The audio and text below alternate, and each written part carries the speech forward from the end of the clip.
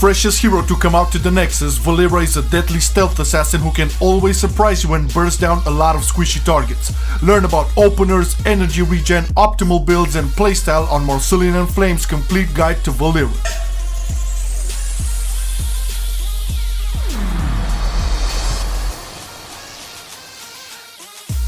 We've been waiting a long time for an alternative to Zeratul and we finally got it. Valera acts as a surprise, I'm here, you're dead type of assassin, and she delivers very well on causing heart attacks with her openers.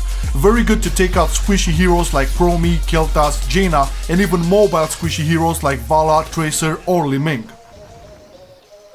When it comes to abilities, this time around we'll have to start with her trait, Vanish, because Valera has two sets of abilities based on her being either in stealth or not.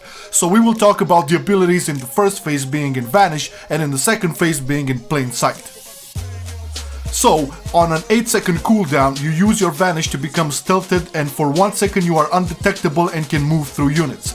After this, any type of damage, crowd control or any other vision granting abilities from enemy heroes will reveal you. You get 10% movement speed increase while in Vanish and this can be talented to an extra 10% at level 13. Q. Sinister Strike / Ambush. Outside of Vanish, the Q is a skill shot for DPS and a short dash. Cool thing about Sinister Strike is that if you hit a hero with it, this will reset the cooldown to 1 second, but it will also cancel the dash. It also awards 1 combo point, but we'll talk about this later.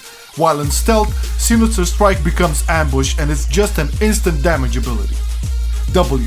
Blade Flurry / Cheap Shot. When not in Stealth, Blade Flurry is a short AoE DPS tool mainly useful for minion clears but really good in a hero kill rotation because if you use it in the middle of 3 enemy heroes, it will generate 3 combo points. Now when in Vanish, this becomes Cheap Shot, a really powerful way to open on a target as it delivers a 1.5 second stun and has a really short cooldown.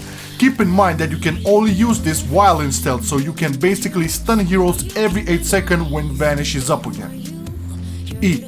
Eviscerate / Corrode. So up until now, all the abilities generated combo points. Now this one will consume them to deliver a good chunk of damage. It is most efficient to only use Eviscerate with 3 combo points to get the maximum value. Once in stealth, E becomes Garrote, which can also act as a really strong opener, especially on support heroes, silencing them for 2 seconds, hitting instantly for moderate damage, but also adding a strong dot on the target. Garrote also adds 1 combo point. The first ultimate for Valera is Smoke Bomb. This will envelop Valera in a big cloud of smoke where she will be undetectable for 5 seconds, but will be able to use all of her abilities.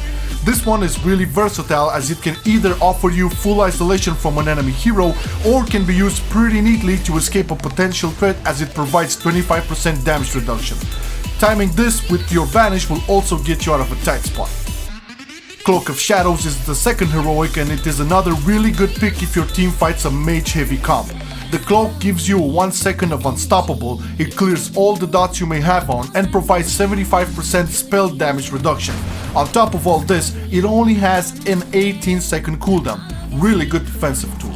When it comes to the talent build, we tested a lot on the PTR and also on live, and we always came back to the same build. Of course, Valera can be built in multiple viable ways depending on the enemy team composition, but for now, we will talk about the Sinister Strike build. At level 1, you can either go for Subtlety or the more sustained choice, Vigor.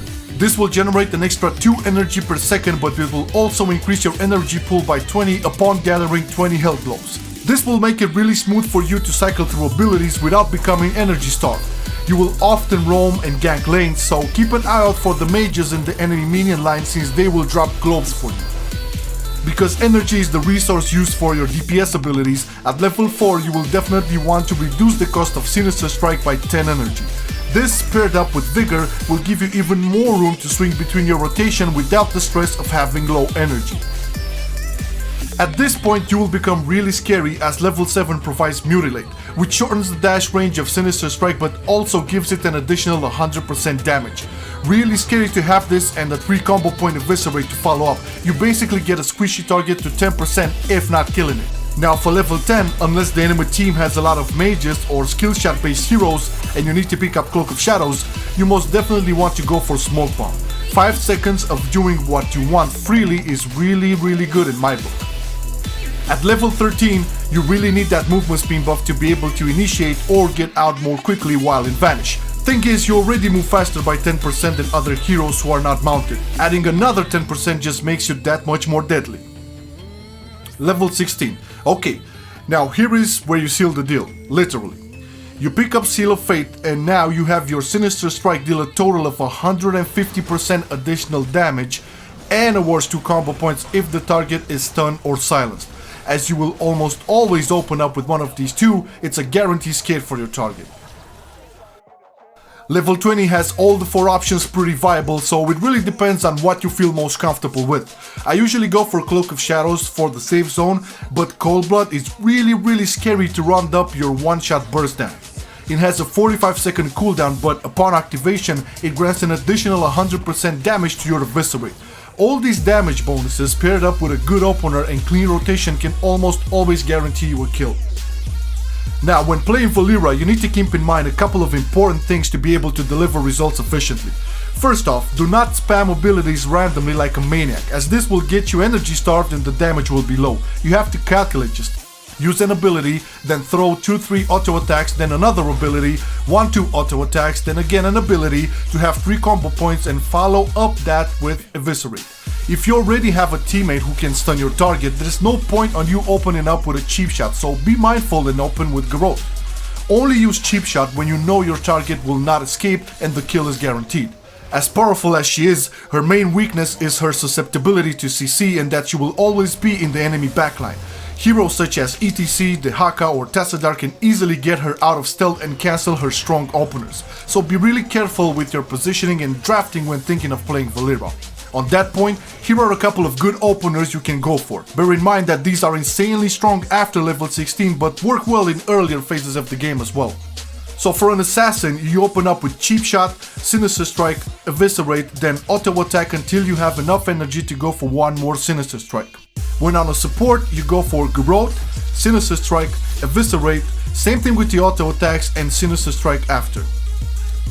As tanks have a lot of defensive abilities or escapes, you have to open up with Growth, Sinister Strike, Eviscerate, one auto attack, then Blade Flurry, as usually there are other heroes alongside them and this will generate more combo points to use and Eviscerate again.